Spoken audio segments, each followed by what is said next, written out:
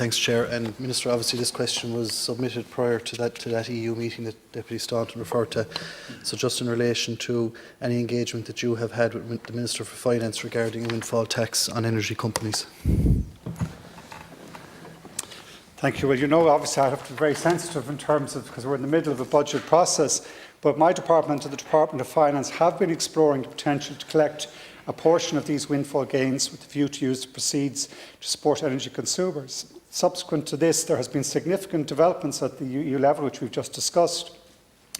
Council of Energy Ministers on 9th September, which I attended. The issue of windfall gains was discussed in some detail. Outline proposals were set out, and the Council of Energy Ministers invited the European Commission to make formal proposals.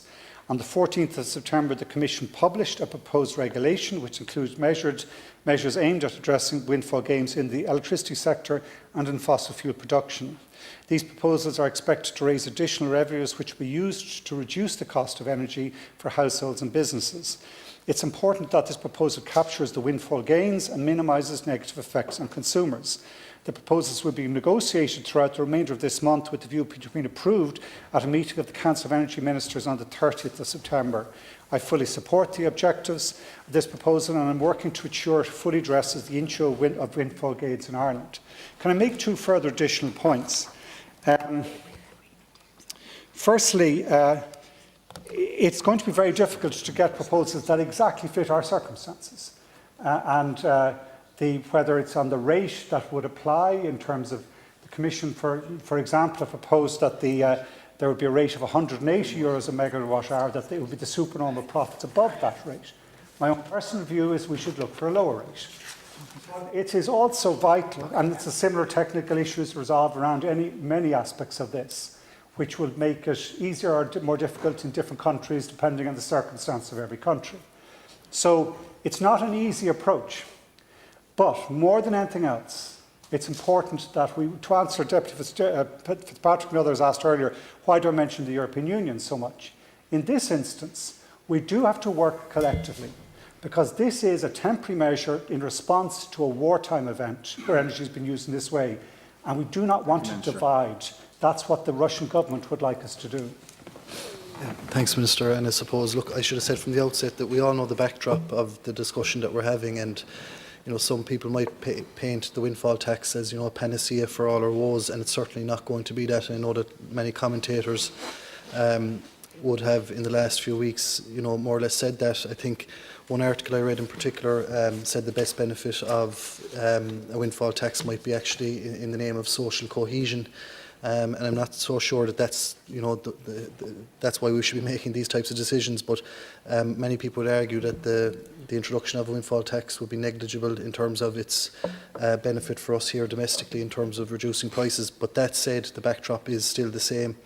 We have profit margins going up for all electric companies and gas companies. ESB profit margin up 10% increase, Centrica, 74% increase, and even internationally, Shell, BP posting massive profits of 11 and 14 billion, not to mention SSE, the parent company of SSE Electricity, reporting 1.5 billion. So in the event of, I suppose, the likelihood of a windfall tax coming in or not, are we looking at other mechanisms that might be looked at, including those that are being looked at in the UK, like the levy that's being included at 25%? Thanks, Chair. Minister.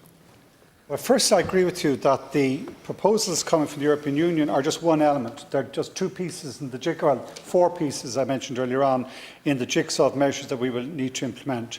We won't have the full details on them by the time of budget day. We will have a rough estimate of what revenue implications it might have, but they are only one element of the response we need to make. What we need to do, in my mind, is continue the process we did last year, where a combination of social welfare measures to target those most poor and vulnerable to high energy prices, continued use of energy credits, because I believe such is the high level that I think it is hitting and affecting every house in the country, and I think it's appropriate to have timely, quick, easy to deliver, low cost to deliver solutions such as the energy credit that we presented, and also the likes of supports for businesses that now are going to be at real risk because of the tenfold increase in prices. It's an evolving situation. We're right to do it, in my mind, through to the early spring, so that we can reassess then what the prices are. Even in the last 3 weeks, the international price of gas has fluctuated massively. So I think those interim measures will give us the chance to get through this winter and then review in the spring as to where we are.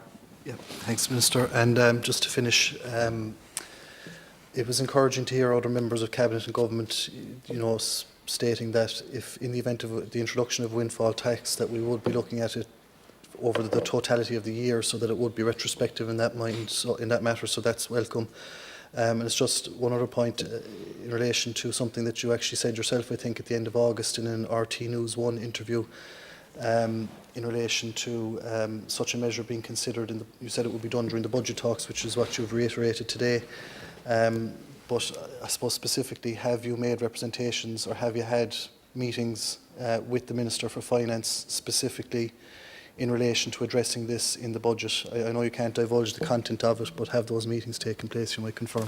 Firstly, I'm meeting Mr. Donoghue practically on a daily basis at this stage. Well, certainly every couple of days, and I'm sure leading up to the budget, it'll be close to daily, because both with 2 government departments hat on, but also as a leader. We met last night, the Taoiseach Clonist with Minister of Finance and Minister of Public Expenditure, and we've had a series of those meetings where we do consider all these issues.